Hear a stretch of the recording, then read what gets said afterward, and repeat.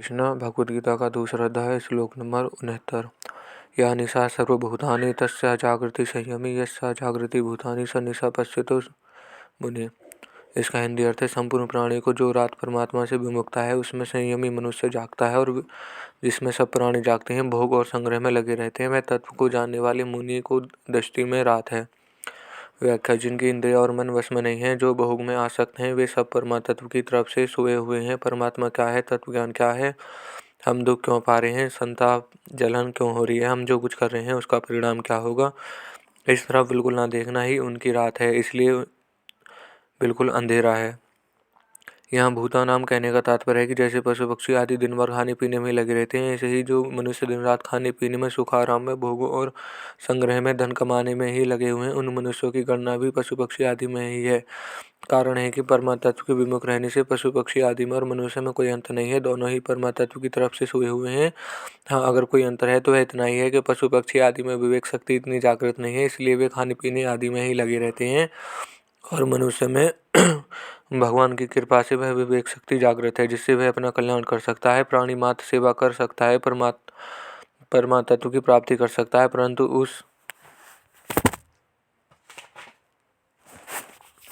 उस विवेक शक्ति का दुरुपयोग करके मनुष्य पदार्थों का संग्रह करने में एवं उनका भोग करने में लग जाते हैं, जिससे वे संसार के लिए पशुओं से भी अधिक दुखदायी हो जाते हैं। कारण है कि पशु पक्षी तो बेचारे जितने से पेट भर जाए उतना ही खाते हैं, संग्रह नहीं करते, परंतु मनुष्य कहीं भी जो कुछ पदार्थ आदि मिल जाता है, वह उसको काम में आए चाहे ना आए, उसको तो वह संग्रह ही कर लेता है और दूसरों को काम में आने में बाधा डालता है। मनुष्य की जो रात है, अर्थात परमात्मा तत्व की तरफ से, अपने कल्याण की तरफ से जो विमुक्त है, उसमें संयमी मनुष्य जागता है, जिसने इंद्रियों और मन को वश में क्या है, जो भोग और संग्रह में आसक्त नहीं है, जिसका देह केवल परमात्मा है, वह संयमी मनुष्य है। परमात्मा तत्व को अपने स्वरूप और संसार को यथारूप से जानना है, उसको रात में जागना है। जो भोग और संग्रह में बड़े सावधान रहते हैं, एक एक पैसे का हिसाब रखते हैं, जमीन के एक एक इंच का ख्याल रखते हैं, जितने रुपए अधिकार में आ जाएं, वे चाहे न्यायपूर्वक हो चाहे अन्यायपूर्वक, उसमें वे बड़े खुश होते हैं। इतनी पूंजी तो हमने भी ले ली, इतना लाभ तो हमने भी ले लिया, इस सब तरह से वे संसार के क्षण भंगार भोगों को बटोरने में और आदर सत्कार मान बढ़ाई आदि प्राप्त करने में ही लगे रहते हैं,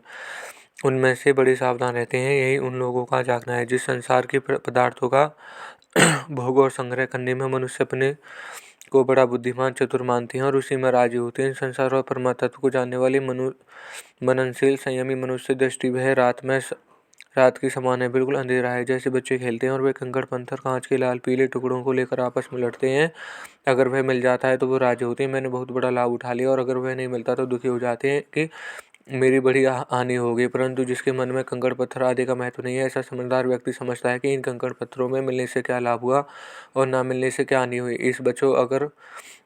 इन बच्चों को अगर कंकड़ पत्थर मिल भी जाएंगे तो ये कब तक उनके साथ रहेंगे। इस तरह भोगों संग्रह में लगे हुए मनुष्य भोगों के लिए लड़ाई झगड़ा झूठ कपट बेईमानी आदि करते हैं और उनको प्राप्त करके राजी होते हैं, खुशी मनाते हैं कि हमने बहुत लाभ ले लिया। परंतु संसार और परमात्मा के जानने वाला मननशील संयमी मनुष्य साफ देखता है कि भोग मिल गई, आदर सत्कार हो गया, सुख आराम हो गया, खा पी लिया, खूब श्रृंगार कर लिया, तो क्या हुआ, इसमें मनुष्य को क्या मिला, इनमें से इनके साथ क्या चलेगा, ये कब तक इन भोगों के साथ में रहेंगे, इन भोगों को होने वाली वृत्ति कितने दिन तक ठहरेगी। इस तरह उसकी दृष्टि में प्राणियों का जागना रात के समान है। वह मननशील संयमी मनुष्य परमात्मा के अपने स्वरूप और संसार के परिणाम को जानता ही है। वह पदार्थों को भी अच्छी तरह से जानता है कि कौन सा पदार्थ किसके हित में लग सकता है, इससे दूसरों को कितना लाभ होगा। वह पदार्थ को अपनी अपनी जगह ठीक तरह से सदुपयोग करता है, उसको दूसरों की सेवा में लगाता है। जैसे नेत्रों में दोष होने पर हम आकाश को देखते हैं तब उसमें जाले से दिखते हैं, और आंखें मीच लेने पर भी मोर पंख की तरह वे जाले दिखते हैं, परंतु